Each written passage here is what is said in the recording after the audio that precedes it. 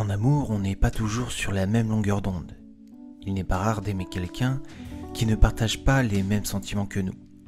L'amour non réciproque, c'est un amour difficile à vivre, qu'on soit en couple ou non, avec la personne qu'on aime. Car oui, même le fait d'être en couple avec quelqu'un, ça ne garantit pas son amour. Que tu sois en couple ou non avec cette personne, on va voir ensemble les 6 signes qui montrent que tu es en train de vivre un amour non réciproque.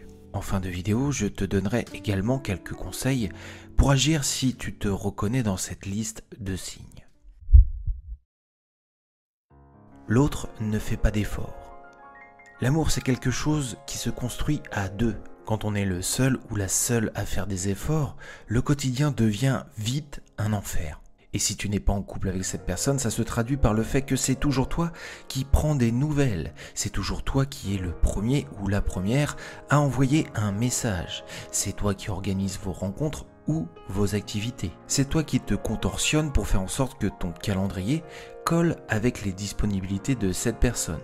Et de son côté, l'autre fait zéro effort. Ne cherche pas à s'adapter à toi et répond à peine à tes messages.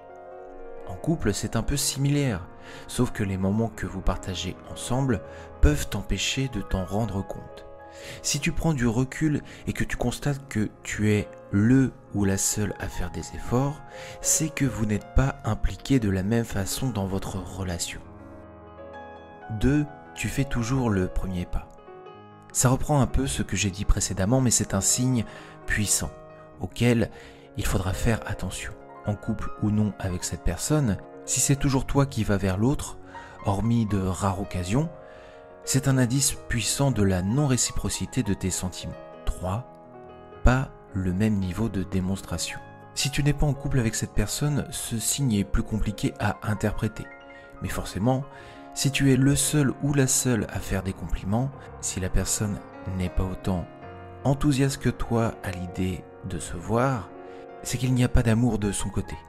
En couple, le manque de démonstration affective est un signe fort de non-réciprocité, d'autant plus si par le passé, il y avait plus de démonstration. Le signe est d'autant plus fort si l'autre te reproche d'être trop démonstrative, alors que tes gestes et marques d'affection restent raisonnables. 4. Pas le même niveau d'engagement. Tu as du temps pour lui ou pour elle, mais de l'autre côté, il ou elle ne t'accorde pas ou peu de temps.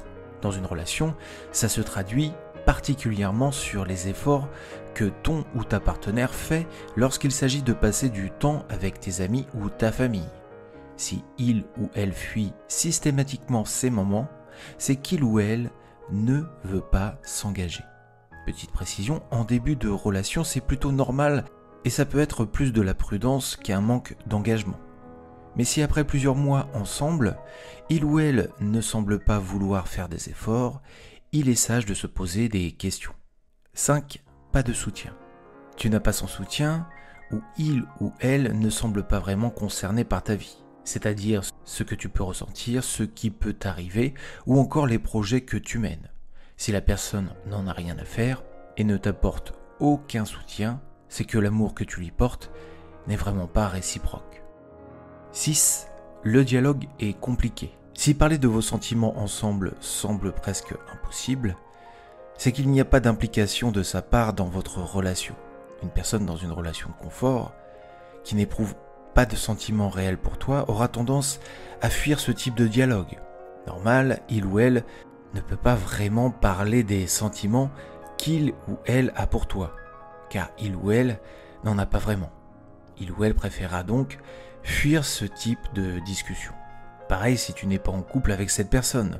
Lorsque tu essaies d'orienter la discussion vers tes sentiments ou que tu entres dans la séduction, si tu vois cette personne se braquer, chercher à changer de sujet ou simplement fuir la discussion, c'est qu'il ou elle n'éprouve rien pour toi. Dernier point, s'il est compliqué d'aborder des sujets qui concernent les projets de couple à long terme, les vacances par exemple, tu peux te questionner sur l'avenir de votre relation. Conclusion. Vivre un amour non réciproque, c'est douloureux. D'autant plus quand on s'en rend compte. Si tu n'es pas en couple avec cette personne, il faut trouver le courage de prendre tes distances et passer éventuellement à autre chose. Si tu es en couple avec cette personne, c'est d'autant plus dur, car vous avez peut-être vécu des moments heureux ensemble, et tu as sûrement espoir que la relation que vous aviez n'est pas totalement finie. Mais là aussi, il va falloir trouver le courage de mettre les choses au clair. Dans cette situation, je te conseille de prendre le temps d'en parler avec cette personne. Vous devez faire le point sur votre relation à deux, exposer chacun ce que vous attendez de l'autre, de cette relation, et prendre une décision si votre vision et vos besoins sont trop différents. Enfin, dernier point, si tu es en début de relation et que tu commences à voir ces signes apparaître, il peut-être s'agir d'une question de rythme. En amour, certains et certaines mettent plus de temps à s'impliquer et à se dévoiler. La meilleure solution dans ce dernier cas, c'est de prendre un peu plus de distance et de t'adapter au rythme de ton ou ta partenaire. Ça évitera de mettre de la pression sur votre relation, une pression qui pourrait faire fuir ton ou ta partenaire. Mais si après plusieurs mois, tu ne vois pas d'évolution dans votre couple, tu es en droit d'exiger plus, même si ça veut dire rompre avec cette personne et passer à autre chose. Merci d'avoir suivi cette vidéo, j'espère qu'elle t'aura aidé à y voir un petit peu plus clair et je t'invite à la liker pour soutenir mon travail. N'oublie pas de t'abonner et d'activer la cloche des notifications si tu ne veux pas louper les prochaines vidéos.